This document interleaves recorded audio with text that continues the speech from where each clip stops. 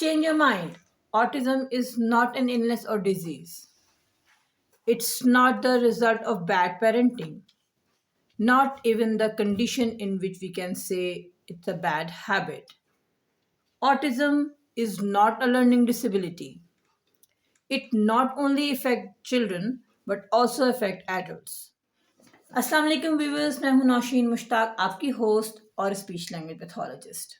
आप ये प्रोग्राम देख रहे हैं एसएलपी अवेयरनेस ड्राइव।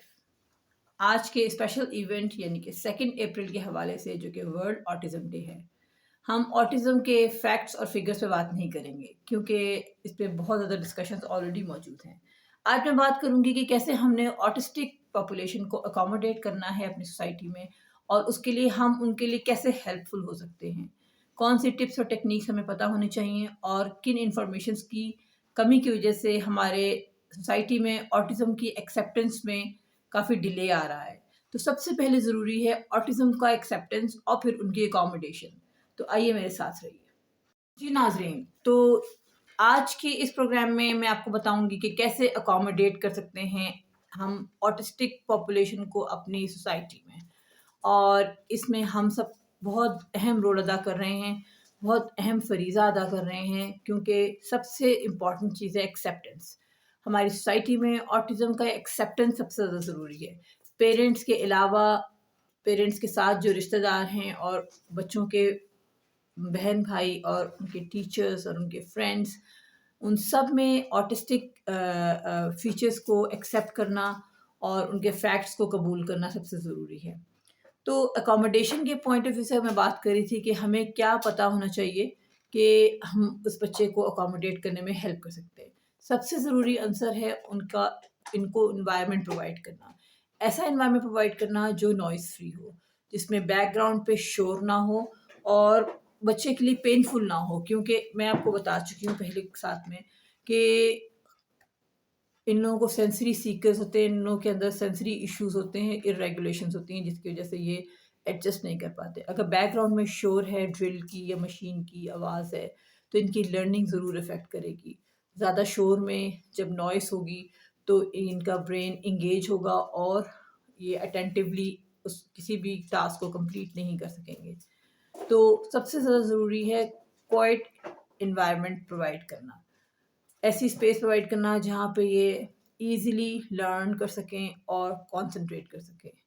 और अगर इनको दूसरी चीज़ ये कि अगर अगर नॉइस है, जैसे स्कूल होता है, बैकग्राउंड नॉइस होती है, तो आप ऐसी कोई चीज़ कानों में इस्तेमाल करें, ऐसा कोई डिवाइस इस्तेमाल करें जिससे उनके कान जो हैं पहन लें वो, और उनको उनके कान कवर हो जाएँ। जिस तरह हम हेडफोन्स कह सकते हैं या ईयरबड्स कह सकते हैं, जो अंदर फिल कर देते हैं कानों की के अंदर, शोर नहीं जाता है एनवायरनमेंट से और बच्चा बेहतर तरीके से कॉन्संट्रेट कर सकता है। गो कि वो इरिटेट होते हैं, लेकिन इनहिबिट किया जा सकता है, उनको आदत डाली जा सकती है इस चीज़ की।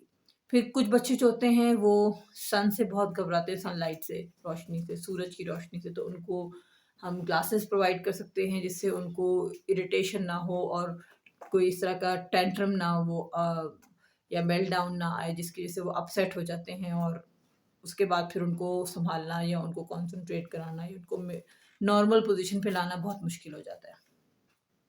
इसके अलावा आपने, जैसा कि आपको बताया कि रूटीन जो है उनका सेट होता है, और वो विजुअल्स के ज़रिए उनको उनके रूटीन, डे का जो रूटीन होता है कि सुबह उन्होंने क्या किया, उसके बाद दोपहर को क्या किया, फिर आफ्टरनून में क्या किया, फिर इवनिंग में, फिर नाइट में, इस तरह से उनके रूटीन को सेट किया जाता है, जिसमें अगर कोई चेंज आने वाली हो तो इन एडवांस बच्चों को बताना बहुत ज़रूरी है, ताकि वो अपसेट ना हो और उससे कोप कर सकें।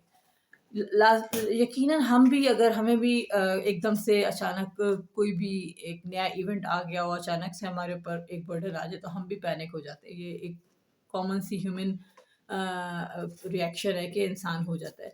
लेकिन ऑटिज़म में इस चीज़ का बहुत ज़्यादा ख़्याल रखना ज़रूरी है, क्योंकि अपने स्केड्यूल को वो समझ रहे होते हैं और उससे कोप कर रहे होते हैं और उसको अंडरस्टैंड कर रहे होते हैं। अगर अचानक से कोई इवेंट आ रहा है तो हमको चाहिए कि हम उनको इन्फॉर्म करें, विजुअली इन्फॉर्म करें, या उनको बोल के, अगर वो वर्बली समझते हैं तो वर्बली इन्फॉर्म करें। आई कांटेक्ट के लिए आपने उनको प्रेशराइज़ नहीं करना। अगर वो आपको आई कांटेक्ट नहीं दे रहे तो फोर्सफुली आई कांटेक्ट लेने की ज़रूरत नहीं है। अपनी बात को वो سمجھا رہے ہیں، کمیونیکیٹ کر رہے ہیں، ضروری نہیں ہے کہ جس طرح میں اور آپ کمیونیکیٹ کریں انہی الفاظ میں وہ کمیونیکیٹ کریں. ان کے بولنے کا طریقہ ڈفرینٹ اور بتانے کا اپنی نیڈز اینڈ وانٹ کا طریقہ ڈفرینٹ ہو سکتا ہے. سم ٹائمز میں نے ایسے بھی دیکھا ہے کہ کچھ بچے کارٹون سے ایک فریز لے کے اپنی نیڈز اینڈ وانٹس کو بتا رہے ہوتے ہیں. ان کے ذہن میں وہی فریز چل رہا ہوتا ہے، اس فریز کو لے کے وہ انہوں نے یاد کر لیا ہوتا ہے، لیکن وہ اپنی نیڈز اینڈ وانٹس کو ایکسپریس کر رہے ہوتے ہیں. تو یہ آپ کا کام ہے کہ آپ اس کو کیسے انڈرسٹینڈ کرتے ہیں. اس کے علاوہ آپ کی جو انسٹرکشنز ہیں ان بچوں کے لیے بالکل کلیئر ہونے چاہیے. اس میں ایڈیمز یا اس میں محاورات یا اس میں مذاق یا ایسا کچھ نہیں ہونا چاہیے جو طنزیہ ہو یا مزاحیہ ہو جس سے وہ سمجھ نہ پائیں انسٹرکشن کو. انسٹرکشن بالکل کلیئر ہونی چاہیے اور ٹو دا پوائنٹ اور شارٹ ہونی چاہیے. ہر پرسنالٹی کی کچھ اسٹرانگر اور کچھ ویکر پارٹس ہوتے ہیں. ہم نے آٹسٹک بچوں کی اسٹرینگس پہ کام کرنا ہے، ان کی اسٹرینگس کو فائنڈ آؤٹ کریں اور ان کے ٹاسک کو اسی طرح ڈیزائن کریں تاکہ وہ کمفرٹیبل رہیں اور ایکسل کریں.